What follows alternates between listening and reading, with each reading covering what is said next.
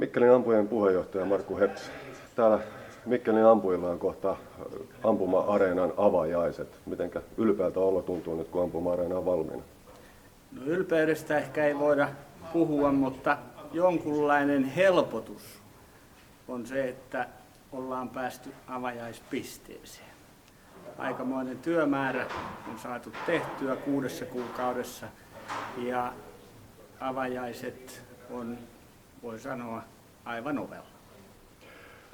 Tuossa tänään mikkeliläinen Länsi-Savo-lehti koko sivun jutulla kehui tätä ampuma-areenaa ja Mikkelin ampujien talkootyötä. Ja siinä jos ulkoa muistaa, niin 1760 tuntia talkootöitä on tehty. Näinkö paljon se todella on? Kyllä, 1760 tuntia. Ja nämä on tunteja, jotka on kirjattu ylös. Sen lisäksi tietysti on vielä, voi sanoa, hajatunteja, varmaan joku 100-150 tuntia, jota ei ole kirjattu yhtään mihinkään. Ja yksi semmoinen asia tietysti niin kuin seuratalkoissa aina on, että meilläkin Mikkelin ampujissa jäseniä, meillä on noin 620, niin talkoisiin aktiivisesti osallistujia on noin 20. Eli tämä kuvaa pikkusen sitä, minkälaisella porukalla tätä on sitten pystyyn pistetty. Ja tuossa viittasit siihen, että noin puoli vuotta aktiivisesti töitä tämän eteen on tehty ja hyvinkin pitkiä päiviä varmaan muutamien osalta, niin minkälainen puoli vuotta tämä on ollut? Mitenkä helppoa sen työn johtaminen on noin ampumaseuran puheenjohtajana ollut? No, pitää sanoa, että ampumaseuran puheenjohtajana varsinaisia töitä en ole itse päässyt johtamaan. Meillä on jäsenistöstä löytyy ammattirakennusmestari, joka on varsinaista työjohtotyötä tehnyt, mutta kyllähän tietysti puheenjohtaja joutuu kaiken näköisiin asioihin, lähinnä sitten tämän rahoituspuolen ja sitten tiettyjen viranomaisasioiden suhteen. Ja niissä kyllä voi sanoa, että aikaa on vierähtänyt ihan kiitettävästi.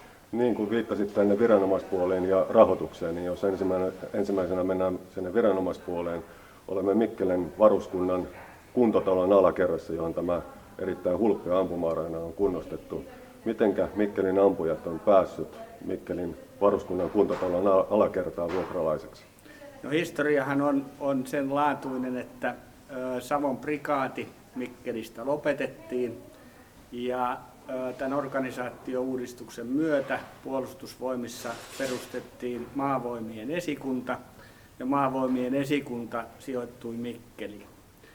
Ja nämä vanhat tilat, Savon prikaatin tilat, niin osa niistä tuli Maavoimien esikunnan käyttöön, mutta ei suinkaan kaikki. Ja muun muassa tämä kuntotalo on sellainen, jota Maavoimien esikunta siinä laajuudessa, kun Savon prikaati sitä käytti, ei enää tarvitse. Ja tämähän on, niin kuin kaikki nämä valtion kiinteistöt, on Senaatti-kiinteistöjen omistuksessa. Puolustusvoimat ei Senaatti-kiinteistöjen kanssa tehnyt enää jatkosopimusta tästä tilasta, ja Mikkelissä heräsi sitten urheilupiireissä ajatus siitä, että miten tämä kuntotalo saataisiin yleishyödylliseen käyttöön, lähinnä urheilun käyttöön. Ja tätä asiaa hyvin pontevasti ajoi kansanedustaja Olli Nepponen eteenpäin. Ja noin vuosi sitten 2 mikkeliläistä urheiluseuraa, Mikkelin Kilpaveikot ja Mikkelin ampujat, päättivät, että lähtevät mukaan perustettavaan säätiöön. Säätiön muina jäseninä siihen lähti mukaan sitten Tanhuvaaran urheiluopisto ja Suur-Savon Svullin piiri. Ja sillä tavalla saatiin tämä säätiöille määrätty minimipääoma kasaan. Ja sitten säätiö osti Senaatti-kiinteistöiltä tämän kuntotalon. Ja Mikkelin ampujat sitten säätiön kanssa taas teki hallinta- ja käyttöoikeussopimuksen tämän alakerran osalta ja sai tämän sitä kautta hallintaansa ja rakensi tänne tämän ampuma-areenan. Miten pitkä hallinta- ja käyttösopimus teillä on, eli kuinka pitkäksi ajaksi ainakin tämän ampuma-areenan toiminta on turvattu? No, tällä hetkellä käyttösopimus on tehty, hallinta- ja käyttösopimus on 10 vuodeksi, mutta koska Mikkelin ampujat on säätiön jäsen, niin en usko, että se siihen 10 vuoteen kaatuu. Varmaankin niin kauan kuin Mikkelin ampujat haluaa, niin tämä tila on ampujien käytössä.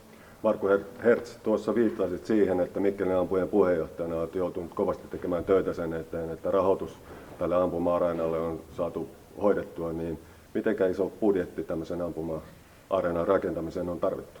Tämä koko projektin budjetti on 150 000 €, joka on tietysti tällaiselle yksittäiselle ampumaurheiluseuralle aikamoinen potti.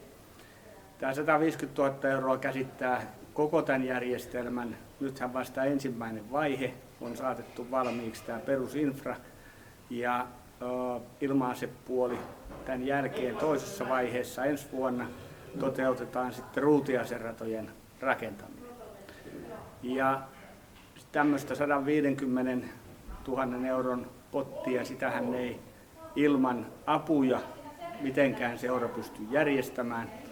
Tähän onneksi EU tuli apuun, pikkusen alle puolet koko potista.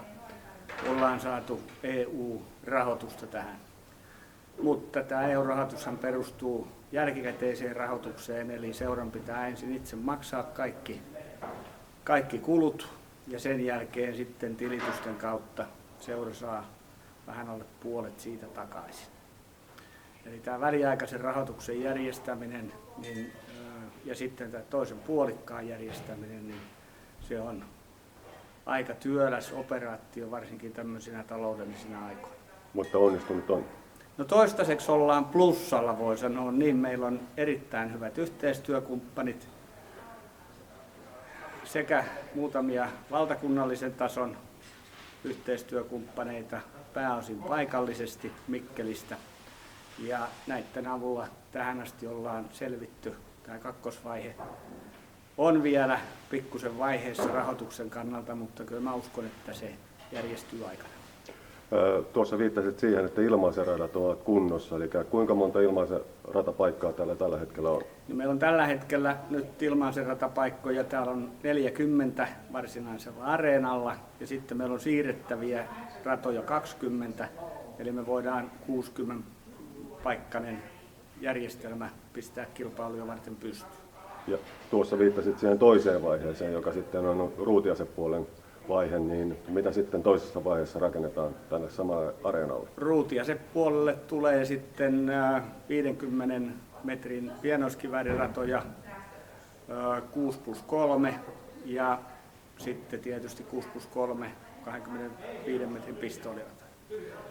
Tuossa viittasit vähän siihen tulevaisuuteen. 10 vuodeksi nyt tämä hallintasopimus esimerkiksi tälle areenalle on tehty, jos siitä vedetään vähän analogiaa, että mitä Mikkelin ampujat on 10 vuoden päästä. Eli tällä hetkellä sanoit, että teillä on vähän yli 600 jäsentä. Mitäs 10 vuoden päästä? No, millaista toimintaa, millainen jäsenistä? Jos sanotaan jäsenmäärältään, niin uskoisin, että jäsenmäärä varmasti lähentelee 900. Ja se, mikä on kaikkein tärkeintä, niin tämähän mahdollistaa meillä koulutustoiminnan ihan toiselle tasolle kuin mitä se on tähän asti ollut. Tänä päivänä jo Mikkelissä, tai Mikkelin ampujat on pärjännyt alue- ja valtakunnallisissa kilpailuissa erinomaisesti, mutta mä uskon, että tämän radan myötä ja tämän hyvin aktiivisen kultahipputoiminnan myötä me tullaan löytämään ja kasvattamaan urheiluampujia toivon mukaan aina maailmanmestaruus- ja olympiatasolle asti. Mikkelin ampujien puheenjohtaja Markku Hertz, kiitos. Kiitoksia.